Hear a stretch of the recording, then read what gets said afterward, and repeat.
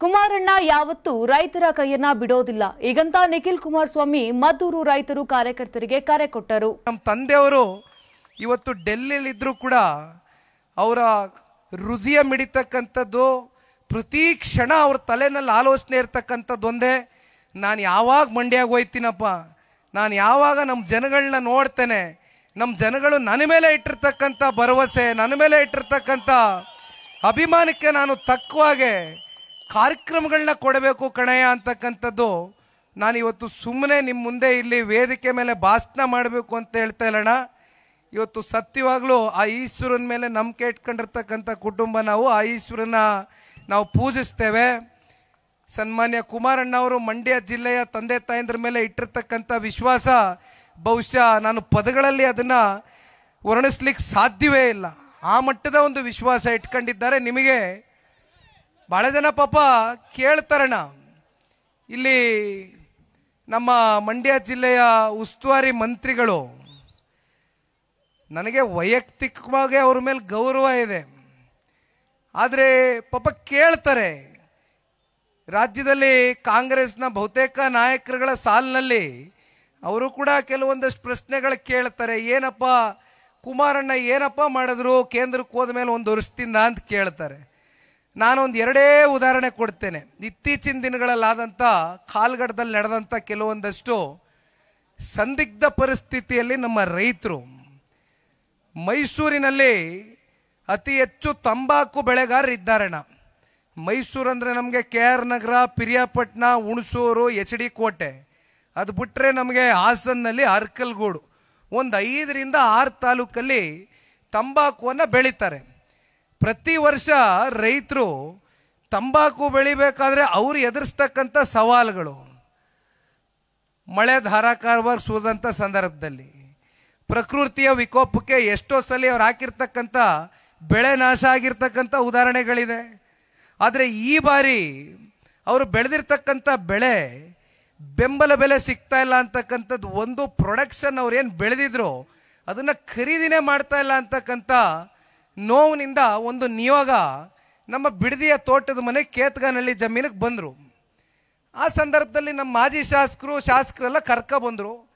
ಕುಮಾರಣ್ಣ ಅವ್ರ ಹತ್ರ ಸಮಯ ನಿಗದಿ ಮಾಡಿದೆ, ಕರ್ಕೊಂಡಾಗ ಕೂರಿಸ್ದೆ.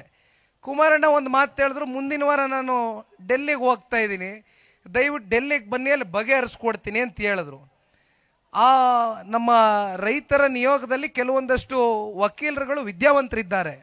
ಅವರೆಲ್ಲ ಒಂದು ಮಾತು ಹೇಳಿದ್ರು, ನಮ್ಮ ಜೀವನದಲ್ಲಿ ನಾವು ಎಷ್ಟೋ ಬಾರಿ ಪ್ರತಿ ವರ್ಷವೂ ನಾವು ಇದನ್ನು ಎದುರಿಸ್ತೇವೆ, ಪ್ರತಿ ವರ್ಷ ಬೆಳೆದು ಬಿಡ್ತೇವೆ, ನಮಗೆ ಖರೀದಿನೂ ಆಗಲಿಕ್ಕಿಲ್ಲ, ಬೆಂಬಲ ಬೆಲೆನೂ ಸಿಗ್ಲಿಕ್ಕಿಲ್ಲ. ಆದರೆ ಪುಣ್ಯಾತ್ಮ ಕುಮಾರಣ್ಣ ಅವರಿಂದ ಡೆಲ್ಲಿಗೆ ಬಂದಂಥ ಸಂದರ್ಭದಲ್ಲಿ, ಅವತ್ತು ನಾನು ಕೂಡ ಡೆಲ್ಲಿಲಿದ್ದೆ, ಅವ್ರನ್ನ ಕರ್ಕೊಂಡು ಹೋದಾಗ ಮಂತ್ರಿಗಳು ಕೂಡ ಅವತ್ತು ಕುಮಾರಣ್ಣ ಅವ್ರ ಹತ್ರ ಉದ್ಯೋಗ ಭವನ ಅಂತ ಡೆಲ್ಲಿನಲ್ಲಿ ಸನ್ಮಾನ್ಯ ಕುಮಾರಣ್ಣ ಅವ್ರ ಕಚೇರಿ ಅದೇ ಬಂದಿದ್ರು. ಅವತ್ತು ಕುಮಾರಣ್ಣ ಅವರೇ ಒಂದು ಅರ್ಧ ಗಂಟೆ ಟೈಮ್ ಕೊಡಿ, ಈ ಥರ ತಂಬಾಕು ಬೆಳೆಗಾರರು ಬಂದಿದ್ದಾರೆ, ಒಂದು ನಿಯೋಗ ಬಂದಿದ್ದಾರೆ, ನಿಮ್ಮನ್ನು ಭೇಟಿ ಮಾಡಬೇಕು ಅಂತಾರೆ. ಟೈಮ್ ಕೊಟ್ಟರು, ಅರ್ಧ ಗಂಟೆ ಟೈಮ್ ಕೊಟ್ಟು ಕೂತು ಚರ್ಚೆ ಮಾಡಿ ಅಂತಿಮವಾಗಿ ಅವ್ರು ಏನು ಬಯಸಿದ್ರು ಸಂಪೂರ್ಣವಾಗಿ ಇವತ್ತು ತಂಬಾಕು ಬೆಳೆಗಾರರು ಬೆಳೆದಂಥ ಸಂಪೂರ್ಣ ಬೆಳೆ ಇವತ್ತು ಖರೀದಿ ಮಾಡಿರ್ತಕ್ಕಂಥದ್ದು ಅಷ್ಟೇ ಅಲ್ಲ, ಒಂದು ಗೌರವವನ್ನು, ಒಂದು ಬೆಂಬಲ ಬೆಲೆಯನ್ನು ಕೊಟ್ಟು ಒಂದು ಗೌರವನ ಕೊಡಿಸ್ತಕ್ಕಂಥವ್ರು ಯಾರಾದರೂ ಇದ್ದರೆ ಅದು ಸನ್ಮಾನ್ಯ ಕುಮಾರಣ್ಣ ಅವರು. ಇತ್ತೀಚೆಗೆ ಮಾವು ಬೆಳೆಗಾರರ ಪರಿಸ್ಥಿತಿ ಏನಾಗಿತ್ತಣ್ಣ, ನಮ್ಮ ಕೋಲಾರ, ಚಿಕ್ಕಬಳ್ಳಾಪುರ, ರಾಮನಗರ, ಈ ರೀತಿ ಅನೇಕ ಜಿಲ್ಲೆಗಳಲ್ಲಿ ಮಾವು ಬೆಳೆಗಾರರು ಬೆಳೆದಂಥ ಮಾವನ್ನ ಬೀದಿಗೆ ಚೆಲ್ತಕ್ಕಂಥ ಪರಿಸ್ಥಿತಿ ಬಂತು. ಆಕ್ರೋಶದಿಂದ ರೈತರು, ಅದನ್ನು ಖರೀದಿ ಆಗಿರಲಿಲ್ಲ. ಅಂತಿಮವಾಗಿ ಕುಮಾರಣ್ಣವರು ಕೇಂದ್ರದ ಕೃಷಿ ಸಚಿವರು ಶಿವರಾಜ್ ಸಿಂಗ್ ಅವ್ರಿಗೆ ಒಂದು ಪತ್ರವನ್ನು ಬರೀತಾರೆ, ಶಿವರಾಜ್ ಸಿಂಗ್ ಚೌಹಾಣ್ರವ್ರಿಗೆ. ಆ ಪತ್ರ ಬರೆದ ಅವತ್ತಿನ ದಿನವೇ 2 ಕಾಲ್ಗಳು ಮಾಡ್ತಾರೆ, ಫೋನ್ನಲ್ಲಿ ಮಾತನಾಡ್ತಾರೆ ಕುಮಾರಣ್ಣವರು. ಹೇಗಾದರೂ ಮಾಡಿ ನಮ್ಮ ಮಾವು ಬೆಳೆಗಾರರು ಬೆಳೆದಿರ್ತಕ್ಕಂಥ ಬೆಳೆಗೆ ಒಂದು ಬೆಂಬಲ ಬೆಲೆಯನ್ನು ಕೊಟ್ಟು ಒಂದು ಗೌರವವನ್ನು ಕೊಡಿಸಿ ಅಂತಕ್ಕಂಥದ್ದು ಕೇಳಿದಾಗ ಆ ಪತ್ರಕ್ಕೆ ಗೌರವವನ್ನು ಕೊಟ್ಟು, ಕುಮಾರಣ್ಣವ್ರ ಕರೆಗೆ ಒಂದು ಗೌರವವನ್ನು ಕೊಟ್ಟು ಕೇಂದ್ರದ ಕೃಷಿ ಸಚಿವರು 2.5 ಲಕ್ಷ ಮೆಟ್ರಿಕ್ ಟನ್ ಬೆಳೆದಿರ್ತಕ್ಕಂಥ ಮಾವು ಬೆಳೆಗಾರರ ಸಂಪೂರ್ಣ ಇವತ್ತು ಮಾವನ್ನ ಖರೀದಿ ಮಾಡ್ತಕ್ಕಂಥದ್ದು ಅಷ್ಟೇ ಅಲ್ಲ, ಒಳ್ಳೆ ನಿಗದಿತ ಬೆಂಬಲ ಬೆಲೆಯನ್ನು ಕೊಟ್ಟು ರೈತರಿಗೆ ಗೌರವ ಕೊಡಿಸಿರ್ತಕ್ಕಂಥದ್ದು ಇದೇ ಕುಮಾರಣ್ಣ ಅವರು.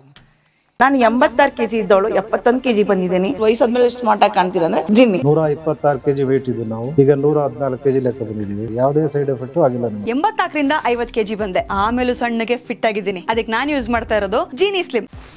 84ರಿಂದ 50 ಕೆಜಿ ಬಂದೆ, ಆಮೇಲೂ ಸಣ್ಣಗೆ ಫಿಟ್ ಆಗಿದ್ದೀನಿ. ಅದಕ್ಕೆ ನಾನು ಯೂಸ್ ಮಾಡ್ತಾ ಇರೋದು ಜೀನಿ ಸ್ಲಿಮ್. ಸಣ್ಣ ಆಗಕ್ಕೆ ಜೀನಿ ಸ್ಲಿಮ್ ಯೂಸ್ ಮಾಡದೆ ಹೆಲ್ದಿನೂ ಅದೇ. ನೀವು ಸಣ್ಣ ಆಗ್ಬೇಕಾ, ಹೆಲ್ದಿ ಆಗ್ಬೇಕಾ? ಹಾಗಿದ್ರೆ ಜೀನಿ ಸ್ಲಿಮ್ ಯೂಸ್ ಮಾಡಿ.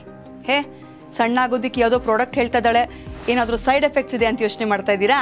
ಖಂಡಿತ ಇಲ್ಲ, ಯಾಕಂದ್ರೆ ಇದು ಕೆಮಿಕಲ್ ಫ್ರೀ. ಸಣ್ಣ ಆಗಬೇಕು ಅಂದರೆ ಜೀನಿ ಸ್ಲಿಮ್ ಯೂಸ್ ಮಾಡಿ.